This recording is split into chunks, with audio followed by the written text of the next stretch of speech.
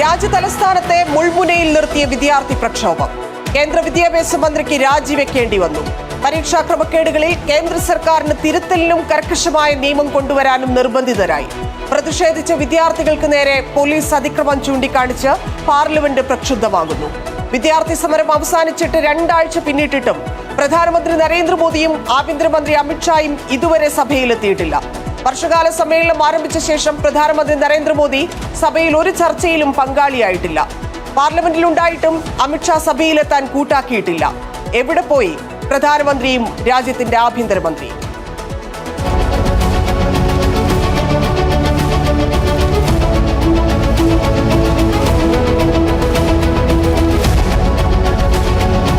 പക്ഷെ എല്ലാ രാഷ്ട്രീയ പാർട്ടിയും ഈ ബില്ലിനെ കത്തിച്ച ആളാണ് ബഹുമാനപ്പെട്ട അന്ന് തമിഴ്നാട് മുഖ്യമന്ത്രിയായിരുന്നു സ്റ്റാലിൻ. അദ്ദേഹം അന്ന് പറഞ്ഞ കാര്യങ്ങളുണ്ട്. അതവരുടെ പാർട്ടിയാണ് തീരുമാനിക്കേണ്ടത്. അതിൽ മാറ്റം വരുത്തേണ്ട സമയം ആയിട്ടുണ്ടോ? ബിജെപിയുടെ നയത്തിൽ എന്തെങ്കിലും വ്യതിയാനം ഉണ്ടായിട്ടുണ്ടോ? ഇവരുടെ അജണ്ടയിൽ എന്തെങ്കിലും വ്യത്യാസം ഉണ്ടായിട്ടുണ്ടോ? ഒക്കെ അവരാണ് തീരുമാനിക്കേണ്ടത്. പക്ഷെ ഞങ്ങളെ സംബന്ധിച്ചോ ഞങ്ങൾ വളരെ കോൺഫിഡന്റ് ആണ് ഈ ബില്ല് പാസ്സാക്കാൻ അനുവദിക്കില്ല.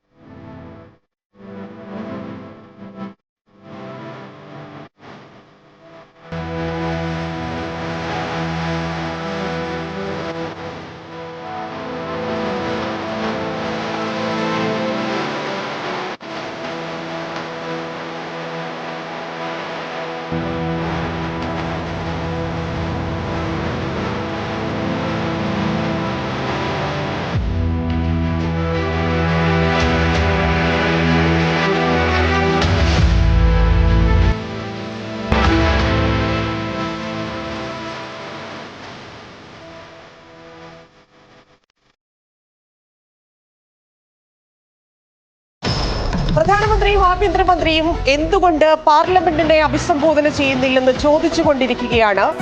അത് ചോദിച്ച് കേന്ദ്ര സർക്കാരിന് മേൽ സമ്മർദ്ദം ശക്തമാക്കുകയാണ് പ്രതിപക്ഷം.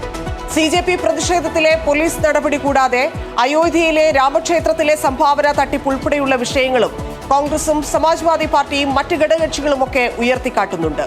ജൂലൈ 20-നായിരുന്നു ഈ സംഭവം ഉണ്ടായത്. ഡൽഹിയിൽ CJP നടത്തിയ മാർച്ചിൽ പ്രതിഷേധക്കാർക്ക് നേരെ ഡൽഹി പോലീസും റാപ്പിഡ് ആക്ഷൻ ഫോഴ്സും നടത്തിയ ബലപ്രയോഗത്തെക്കുറിച്ച് ആഭ്യന്തരമന്ത്രി ഇതുവരെ മിണ്ടിയിട്ടില്ല. കണ്ണീർവാതകം പ്രയോഗിച്ചു, ആണിയടിച്ചു, ലാത്തികൾ ഉപയോഗിച്ചു, പെല്ലറ്റ് ഗണ്ണുകൾ ഉപയോഗിച്ചു. അങ്ങനെ വിദ്യാർത്ഥികൾക്ക് ഗുരുതരമായി പരിക്കേറ്റു. ആ സാഹചര്യം ഉണ്ടാക്കിയത് ആര് എന്ന ചോദ്യത്തിന് രാജ്യം ഇതുവരെ ഉത്തരം നൽകിയിട്ടില്ല. കേന്ദ്ര സർക്കാർ ഇതുവരെ മിണ്ടിയിട്ടില്ല. കേന്ദ്ര ആഭ്യന്തരമന്ത്രി ഇതുവരെ കണ്ടിട്ടില്ല. ജനാധിപത്യപരമായ ചർച്ചകൾ ഒഴിവാക്കിക്കൊണ്ട് സർക്കാരുകൾ ബില്ലുകൾ ബലമായി പാസാക്കിയെടുക്കുന്നുവെന്ന് പ്രതിപക്ഷം പരാതി ഉയർത്തുമ്പോഴാണ് മോദിയും അമിത്ഷായും വിട്ടുനിൽക്കുന്നത് എന്നതാണ് മറ്റൊരു ശ്രദ്ധിക്കേണ്ട കാര്യം. ഇവർ രണ്ടുപേരും എവിടെയെന്ന് രാജ്യം ചോദിക്കുമ്പോഴാണ് ഇക്കഴിഞ്ഞ ദിവസം പ്രധാനമന്ത്രി നരേന്ദ്രമോദി വിമത തൃണമൂൽ AAP MPമാർക്ക് പ്രഭാത ഭക്ഷണം ഒരുക്കി സ്വീകരിച്ചത്. അതോടെ കാര്യങ്ങൾ കുറച്ചുകൂടി വ്യക്തമായി. ലോക്സഭയിൽ ഇന്ന് മറ്റൊരു അസാധാരണ സംഭവം കൂടി ഉണ്ടായി. CJP വിഷയത്തിന് ശേഷം പാർലമെന്റിൽ പ്രതിപക്ഷം ഉയർത്തിയ കാര്യങ്ങളെ ഭരണപക്ഷത്തു നിന്ന് തന്നെ പിന്തുണയ്ക്കുന്നൊരു സംഭവം. അസാധാരണ നീക്കം നടത്തിയത് ഉപരാഷ്ട്രപതിയാണ്. പ്രതിപക്ഷ വികാരം അമിത്ഷായെ അറിയിക്കാൻ നിർദ്ദേശം നൽകുകയായിരുന്നു. ആഭ്യന്തരമന്ത്രിക്ക് സഭയിൽ വരാൻ താല്പര്യമുണ്ടെങ്കിൽ വരട്ടെ എന്നായിരുന്നു ഉപരാഷ്ട്രപതി പറഞ്ഞത്. കേന്ദ്രമന്ത്രി കിരൺ റിജിജുവിനോടാണ് ഉപരാഷ്ട്രപതി CP രാധാകൃഷ്ണൻ ഈ നിർദ്ദേശം നൽകിയത് എന്നതും ശ്രദ്ധേയമാണ്. ഇനി കാര്യത്തിലേക്ക് തിരിച്ചു വരാം. അതായത് അമിത്ഷായെ കാണാതായിട്ട് ഉത്തരവാദിത്തപ്പെട്ട മറ്റൊരു നീക്കവുമായി ബന്ധപ്പെട്ടതാണ് എന്നാണ് മനസ്സിലാക്കുന്നത്. ഇത്ര ദിവസമായി പാർലമെന്റ് ആരംഭിച്ചിട്ടും ഇതുവരെ അമിത്ഷായെ കണ്ടെത്താൻ സാധിച്ചിട്ടില്ല. എവിടെയാണ്, എന്ത് ചെയ്യുന്നു എന്നൊക്കെയുള്ള ചോദ്യങ്ങൾ ചോദിക്കുന്നതിനിടയിലാണ് മറ്റൊരു ദൗത്യത്തിൽ ഏർപ്പെട്ടിരിക്കുന്നു അമിത്ഷാ എന്നുള്ള വിവരങ്ങൾ പുറത്തുവരുന്നത്. മണ്ഡല പുനർനിർണയ വനിതാ സംവരണ ബിൽ സർക്കാർ ഈ പാർലമെന്റ് സമ്മേളനത്തിൽ തന്നെ കൊണ്ടുവരാനുള്ള നീക്കം തകൃതിയായി നടത്തുന്നു എന്നാണ് മനസ്സിലാക്കുന്നത്.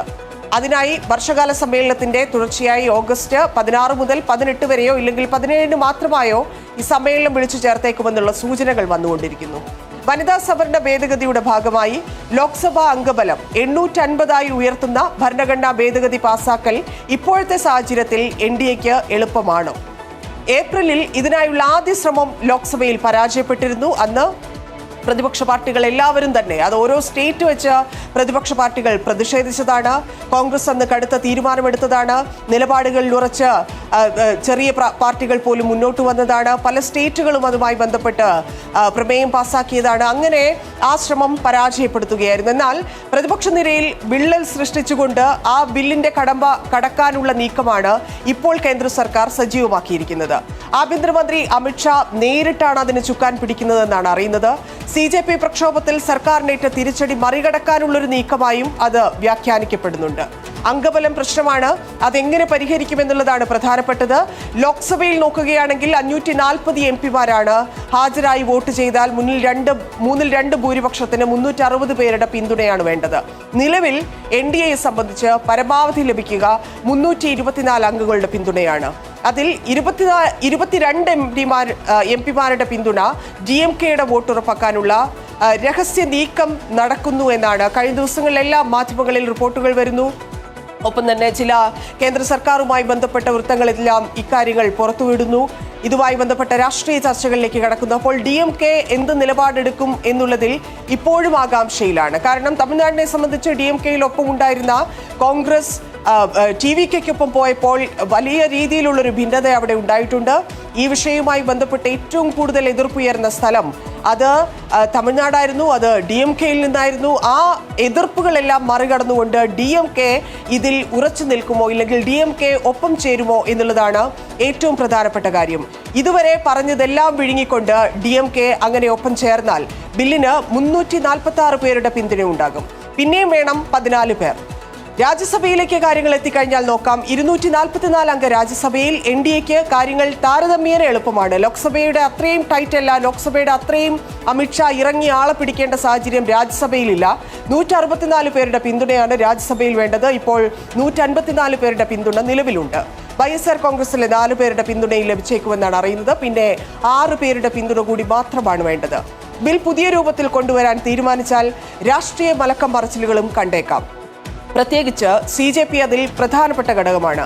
നേരത്തെ പറഞ്ഞതുപോലെ ഒരു അസാധാരണ നീക്കം പാർലമെന്റിൽ തന്നെ ലോക്സഭയിൽ തന്നെ നമ്മൾ ഇന്ന് കാണുകയുണ്ടായി. കിരൺ റിജിജുവിനോട് ഉപരാഷ്ട്രപതി പറഞ്ഞ കാര്യം നമ്മൾ കണ്ടതാണ്. അപ്പോൾ NDAയെ സംബന്ധിച്ച് ഇപ്പോഴുള്ള ഘടകകക്ഷികൾ ആ ഘടകകക്ഷികളിൽ ആരൊക്കെ ഇക്കാര്യത്തിൽ നിർണായകമായ തീരുമാനങ്ങൾ എടുക്കും, ആരൊക്കെയായിരിക്കും ഈ CJPയുടെ പ്രതിഷേധത്തിനും സമരത്തിനുമൊക്കെ ആ വിജയത്തിനും ശേഷം ഇവർക്കുണ്ടായിരിക്കുന്ന മാറ്റങ്ങൾ, ഘടകകക്ഷികളുടെ അതായത് നേരത്തെ ധർമ്മേന്ദ്ര പ്രധാൻ രാജിവെച്ചതുമായി ബന്ധപ്പെട്ട് ഇവർക്കിടയിൽ ഉണ്ടായിരിക്കുന്ന ഭിന്നത, ഈ ഭിന്നതകൾ എങ്ങനെയായിരിക്കും ഘടകകക്ഷികളിൽ നിന്ന് ഇല്ലെങ്കിൽ BJPയുമായിട്ടുള്ള അഭിപ്രായ വ്യത്യാസം ഉണ്ടാവുമോ, BJPക്ക് അകത്ത് തന്നെ MP-മാർക്ക് അഭിപ്രായ വ്യത്യാസം ഉണ്ടാവുമോ, അത് പാർലമെന്റിൽ ഈ വരാനിരിക്കുന്ന ബില്ലുകൾ പാസ്സാക്കുന്നതിൽ എത്രത്തോളം നിർണായകമായിരിക്കും എന്നൊക്കെയുള്ള കാര്യങ്ങളിൽ കൂടുതൽ വ്യക്തത വരേണ്ടതുണ്ട്. അപ്പോൾ DMK കൂടി ഒപ്പം കൂട്ടിയാൽ പോലും ഇല്ലെങ്കിൽ പറയുന്നത് പോലെ YSR കോൺഗ്രസിനെ ഒപ്പം കൂട്ടിയാൽ പോലും ഇവർക്ക് ഇപ്പോഴുള്ള നിലവിലുള്ള അംഗസംഖ്യ, ഉറപ്പുള്ള വോട്ടുകൾ ഇതെല്ലാം നിലനിൽക്കുമോ എന്നുള്ള കാര്യത്തിൽ വലിയ ആശങ്ക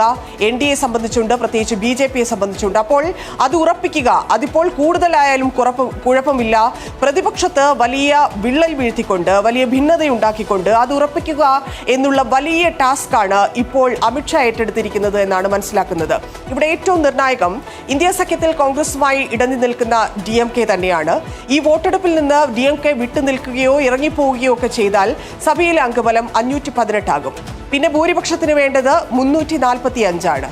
ആ സാഹചര്യത്തിൽ 21 പേരുടെ പിന്തുണ കുറവുണ്ടാകും. അതിനാൽ DMKയെ കൊണ്ട് അനുകൂലിപ്പിച്ച് വോട്ട് ചെയ്യിപ്പിക്കാനൊക്കെയുള്ള ശ്രമമാണ് ഇപ്പോൾ BJP നടത്തുന്നത്. പ്രത്യേകിച്ച് ഏറ്റവും മുതിർന്ന നേതാക്കളുടെ ഇല്ലെങ്കിൽ മന്ത്രിസഭാ അംഗങ്ങളുടെ, അമിത്ഷായെ പോലെയുള്ള മുതിർന്ന നേതാക്കളുടെയൊക്കെ നേതൃത്വത്തിൽ ഇപ്പോൾ നടന്നുകൊണ്ടിരിക്കുന്ന ചർച്ചകൾ അതാണ്. 14 പേരുടെ പിന്തുണയ്ക്ക് ഈ ചെറിയ പാർട്ടികളെ എല്ലാം ചാക്കിലാക്കാനുള്ള ഒരു ശ്രമവും തകൃതിയായി നടക്കുന്നുവെന്നാണ് മനസ്സിലാക്കുന്നത്. ഇതിൽ നേരത്തെ തുടക്കത്തിലെ പറഞ്ഞതുപോലെ DMK എടുക്കുന്നതാണ് ഏറ്റവും നിർണായകമായിട്ടുള്ള തീരുമാനം. അതെങ്ങനെയായിരിക്കും പ്രതിഫലിക്കുക?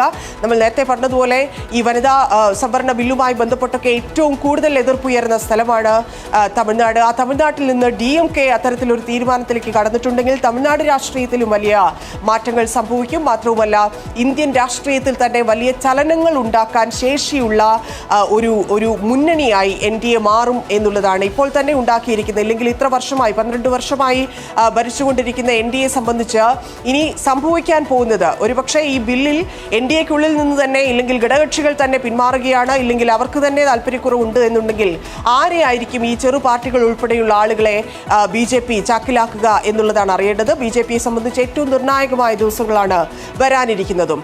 അതിനിടെ ഈ ഭരണപക്ഷത്തിന് പ്രതിസന്ധിയായി NDA നിൽക്കുന്നുണ്ട്. ഈ 20-അംഗ തൃണമൂൽ വിമത ക്യാമ്പിൽ ഭിന്നത തുടങ്ങി എന്നുള്ളൊരു വിവരങ്ങൾ കൂടി വരുന്നുണ്ട്. ബംഗാളിലെ ജംഗിപൂർ, മുർഷിദാബാദ്, ബഹ്റാംപൂർ ലോക്സഭാ മണ്ഡലങ്ങളെ പ്രതിനിധാനം ചെയ്യുന്ന ഖലീലുർ റഹ്മാൻ, അബു താഹിർ ഖാൻ, യൂസഫ് പഠാൻ എന്നീ വിമത തൃണമൂൽ MP-മാരാണ് തുടർച്ചയായി രണ്ടാം തവണയും NDA യോഗത്തിൽ നിന്ന് വിട്ടുനിന്നിരിക്കുന്നത്. അപ്പോൾ നേരത്തെ പറഞ്ഞതുപോലെ NDAക്കുള്ളിൽ തന്നെ വലിയ ഭിന്നത രൂപപ്പെട്ടിരിക്കുന്ന സാഹചര്യമുണ്ട്. CJP നടത്തിയ പ്രതിപക്ഷമുയർത്തുന്ന കാര്യങ്ങളുമായി, അവർ ഉന്നയിക്കുന്ന ആവശ്യങ്ങളുമായി ബന്ധപ്പെട്ട്, ഇല്ലെങ്കിൽ ധർമ്മേന്ദ്ര പ്രധാന്റെ രാജിയുമായി ബന്ധപ്പെട്ടെല്ലാം വലിയ ഭിന്നത, അഭിപ്രായ വ്യത്യാസങ്ങൾ ഉടലെടുത്തിരിക്കുന്ന സാഹചര്യത്തിൽ എങ്ങനെയായിരിക്കും മുന്നോട്ടുള്ള തീരുമാനങ്ങൾ, ഈ വരാനിരിക്കുന്ന രണ്ട് പ്രധാനപ്പെട്ട ബില്ലുകളെ എങ്ങനെയായിരിക്കും ഈ പറയുന്ന ആളുകൾ, MP-മാർ, പ്രത്യേകിച്ച് ബംഗാളിൽ നിന്നുള്ള MP-മാർ എങ്ങനെയായിരിക്കും ഇക്കാര്യത്തിൽ ഇവർക്കൊപ്പം നിൽക്കുമോ എന്ന വലിയ ആശങ്ക BJPയെ സംബന്ധിച്ചുണ്ട്. എന്തായാലും NDAക്കൊപ്പമല്ലെന്നും BJPയിൽ ചേരാൻ ഉദ്ദേശിക്കുന്നില്ലെന്നുമൊക്കെ അബു താഹിർ ഖാൻ പറഞ്ഞിരുന്നു. ബംഗാളിൽ ന്യൂനപക്ഷ സമുദായത്തിന് സ്വാധീനമുള്ള മണ്ഡലങ്ങളെ പ്രതിനിധീകരിക്കുന്ന ആളുകളാണ് ഇവർ. അപ്പോൾ സ്വാഭാവികമായിട്ടും അവർക്ക് ഇപ്പോൾ ഉണ്ടാക്കിയിരിക്കുന്ന ബംഗാളിലെ തെരഞ്ഞെടുപ്പ് ഫലം എങ്ങനെയായിരുന്നു എന്നുള്ളത് നമ്മൾ കണ്ടതാണ്. അവിടെ ഉണ്ടാക്കിയിരിക്കുന്ന അവർക്കൊരു ഒരു അധികാരം എന്നതിനപ്പുറത്തേക്ക് ഏറ്റവും വലിയ വിജയം, ഇപ്പം മമതാ ബാനർജിയെ സംബന്ധിച്ചാണെങ്കിലും അവിടെ ഉണ്ടാക്കിയിരിക്കുന്നതിൽ ഏറ്റവും വലിയ വിജയമായിട്ട്, ഇല്ലെങ്കിൽ അവരുടെ ഒരു കടന്നുകയറ്റമായിട്ട് അതിനെ വിലയിരുത്തപ്പെടുന്നുണ്ട്. അപ്പോൾ അതിൽ പോലും ഭിന്നതയുണ്ടായിരിക്കുന്നു, വിള്ളൽ വീണിരിക്കുന്നു എന്നുള്ള തരത്തിലുള്ള അഭിപ്രായങ്ങൾ, വിലയിരുത്തലുകൾ വന്നുകൊണ്ടിരിക്കുകയാണ്. കാരണം ഈ പറയുന്ന അതെല്ലാം തുടങ്ങുന്നത് CJPയുടെ ഈ സമരത്തിൽ നിന്നാണ് എന്നുള്ളതാണ് അതിൻ്റെ പ്രത്യേകത. CJPയുടെ സമരം അത് ബംഗാളിലും മറ്റ് സംസ്ഥാനങ്ങളിൽ എവിടെയൊക്കെയാണോ നടന്നിട്ടുള്ളത് ആ സ്ഥലങ്ങളിലൊക്കെയുള്ള ജനപ്രതിനിധികൾ, പ്രത്യേകിച്ച് പാർലമെന്റ് പ്രതിനിധികൾ ഇതുമായി ബന്ധപ്പെട്ട് വളരെ വൈകാരികമായിട്ടും അല്ലാതെയും ഒക്കെ പ്രതികരിക്കുന്നത് നമ്മൾ കണ്ടിട്ടുണ്ട്. അപ്പോൾ സ്വാഭാവികമായിട്ടും എന്തായിരിക്കും, എന്ത് തീരുമാനത്തിലേക്കായിരിക്കും ഇവർ എത്തുക എന്നുള്ളതിൽ ഒരു ആശങ്കയും കൗതുകവും ഒക്കെ നിലനിൽക്കുന്നുണ്ട് എന്നുള്ളതാണ്. മറ്റൊന്ന്, ഇതിന്റെ ചുക്കാൻ പിടിക്കുന്നത്, തുടക്കത്തിലെ നമ്മൾ പറഞ്ഞു ആഭ്യന്തരമന്ത്രിയാണ് ഇതിന് ചുക്കാൻ പിടിക്കുന്നത് എന്നുള്ളത്. അത് തെരഞ്ഞെടുപ്പ് തന്ത്രമാണെങ്കിലും അതിനുശേഷമുള്ള ഇത്തരത്തിലുള്ള കൂടിച്ചേരലുകളാണെങ്കിലും ഇതുമായി ബന്ധപ്പെട്ടുള്ള പുതിയ സംവിധാനങ്ങളിലേക്ക് ഈ ബില്ല് പാസ്സാക്കുന്നതിൽ എന്തൊക്കെ കാര്യങ്ങൾ ചെയ്യണം, ആരെയൊക്കെ ഒപ്പം നിർത്തണം, DMK-യുമായുള്ള ചർച്ചയ്ക്ക് ആരെയായിരിക്കണം മുന്നിൽ നിർത്തുന്നത് എന്നൊക്കെയുള്ള കാര്യങ്ങളിൽ വലിയ ചർച്ചകൾ നടന്നിട്ടുണ്ട്. അപ്പോൾ സ്വാഭാവികമായിട്ടും ലോക്സഭയിൽ വന്നിരുന്ന് എന്തുകൊണ്ട് ആ കുട്ടികളെ ആക്രമിച്ചു, കുട്ടികളെ ആക്രമിക്കാൻ നിർദ്ദേശം നൽകിയിരുന്നോ, പോലീസുകാരെ വിളിച്ചത് കണ്ടു എന്നൊക്കെ രാഹുൽ ഗാന്ധി പറയുന്നുണ്ടായിരുന്നു. അപ്പോൾ ഇക്കാര്യങ്ങളിൽ എല്ലാം ഒരു ക്ലാരിറ്റി വരുത്തുന്നതിനപ്പുറത്തേക്ക് ഏറ്റവും പ്രധാനമായി ഈ ഘട്ടത്തിൽ കാണുന്നത് ഈ രണ്ടുപേരാണ്. പ്രതിപക്ഷത്തിനെ സംബന്ധിച്ച് മറുപടി തേടി മടുത്തിട്ടുണ്ട്. ലോക്സഭയിലാണെങ്കിലും രാജ്യസഭയിലാണെങ്കിലും ഇവരുടെ അസാന്നിധ്യം ഉണ്ടാക്കുന്ന വലിയ പ്രശ്നങ്ങൾ, അത് ബില്ല് പാസ്സാക്കുന്നതിലുള്ള ചർച്ചകൾ പോലും നടക്കാത്ത സാഹചര്യത്തിലേക്ക് പോകുന്നു. അങ്ങനെ ചർച്ചകളില്ലാതെ ബില്ലുകൾ പാസ്സായിക്കൊണ്ടിരിക്കുന്നു. എന്തായാലും ഈ മണ്ഡല പുനർനിർണയ ബിൽ പാസ്സാക്കാൻ സാധിക്കുമോ, വനിതാ സംവരണ ബിൽ കൊണ്ടുവരാൻ സാധിക്കുമോ, അതിനുള്ള തകൃതിയായ നീക്കം BJP നടത്തുന്ന സാഹചര്യത്തിൽ എങ്ങനെയായിരിക്കും പ്രതിപക്ഷത്തിന് ഇതിനെ തടയാൻ സാധിക്കുക, ആരൊക്കെയായിരിക്കും NDAയിൽ നിന്ന് ആരെങ്കിലും ഭിന്നിച്ചു പോയാൽ പോലും ആരൊക്കെയായിരിക്കും NDAക്കൊപ്പം നിന്നുകൊണ്ട് ഈ ബില്ലുകൾ പാസ്സാക്കിയെടുക്കുക എന്നുള്ള വലിയ ചോദ്യചിഹ്നമാണ് ഇപ്പോൾ ഉയരുന്നത്. എന്തായാലും കാണാതായിരിക്കുന്ന അമിത്ഷാ മറ്റെവിടെയും ഇല്ല എന്നുള്ള വിലയിരുത്തലുകളാണ് ഈ ചർച്ചകൾ നടത്തിക്കൊണ്ടിരിക്കുകയാണ്. മറ്റ് ചെറിയ പാർട്ടികൾ ആരെയൊക്കെയായിരിക്കും അമിത്ഷായ്ക്ക് കൊണ്ടുവരാൻ സാധിക്കുക എന്നുള്ളതും ആകാംക്ഷയോടെ രാജ്യം കാത്തിരിക്കുന്നു. എന്തായാലും എന്ത് സംഭവിച്ചാലും ഈ രണ്ട് ബില്ലിൽ എന്തൊക്കെ ചർച്ചകൾ നടന്നാലും ആരൊക്കെ അങ്ങോട്ടോ ഇങ്ങോട്ടോ ചാടിയാലും ഇത് രാഷ്ട്രീയമായി ഇന്ത്യയുടെ ചരിത്രത്തെ തന്നെ രേഖപ്പെടുത്താൻ പോകുന്ന ഒരു വർഷമായി തന്നെ അടയാളപ്പെടുത്തുമെന്നാണ് ഇപ്പോൾ കരുതുന്നത്.